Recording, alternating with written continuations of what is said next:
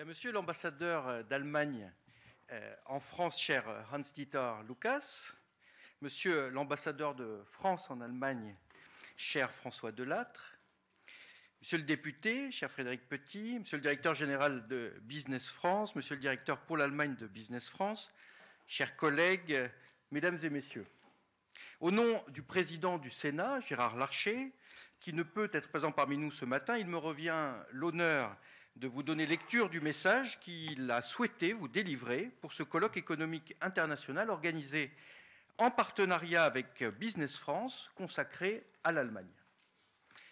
L'Allemagne et la France ont toujours été le moteur économique de l'Union européenne. Alors permettez-moi une première digression personnelle au discours du président du Sénat, Gérard Larcher, pour vous dire que en France, on parle du couple franco-allemand. En Allemagne, on parle plutôt du moteur franco-allemand. Il ne faut pas y voir, quand on est français, une forme de froideur en parlant de moteur plutôt que de couple.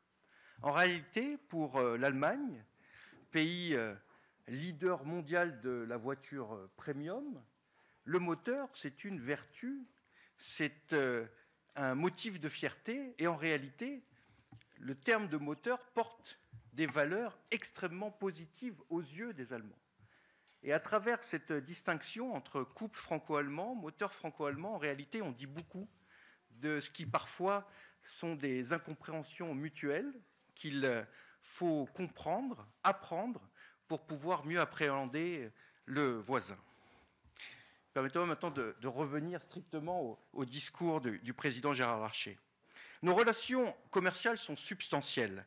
L'Allemagne est de loin notre premier partenaire économique.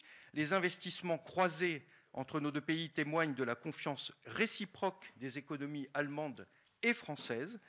Pour autant, la part que représente l'Allemagne dans nos échanges extérieurs a légèrement fléchi.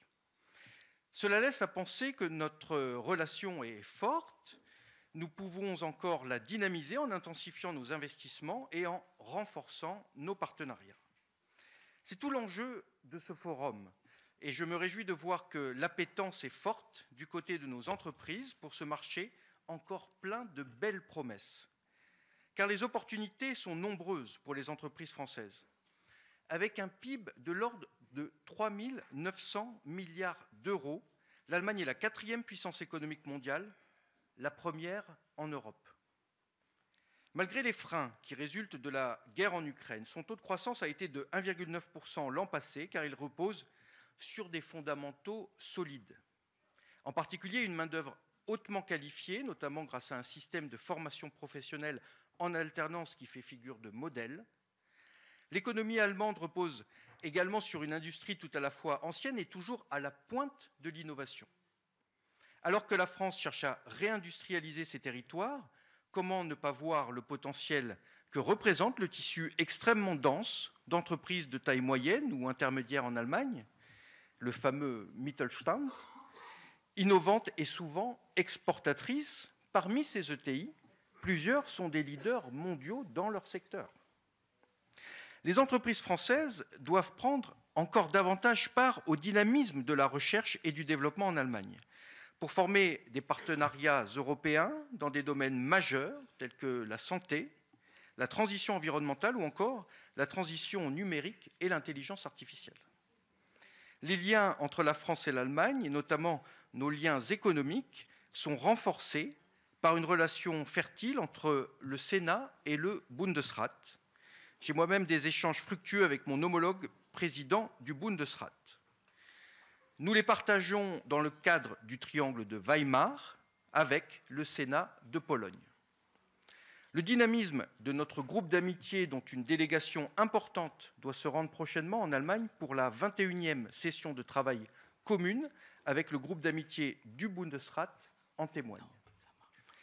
La relation entre nos deux chambres hautes a récemment été stimulée par la présidence française de l'Union européenne.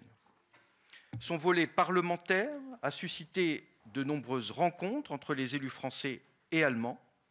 Les célébrations du 60e anniversaire du traité de l'Élysée en janvier dernier ont également été l'occasion de renforcer ces liens fraternels.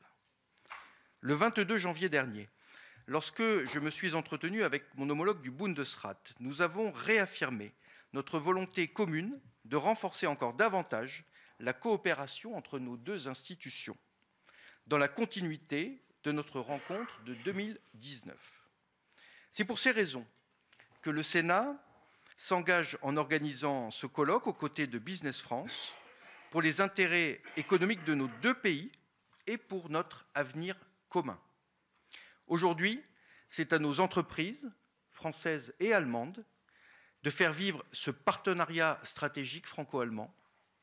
Je fais le pari que de ce forum naîtront des initiatives nouvelles et de grands projets.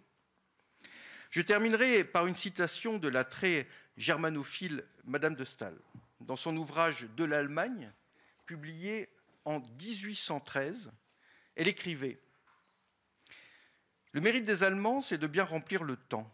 Le talent des Français, c'est de le faire oublier. » Gageons que l'ordre du jour bien rempli de ce colloque pourra satisfaire votre appétit d'Allemagne et que l'intérêt des échanges de ce matin vous fera oublier le temps.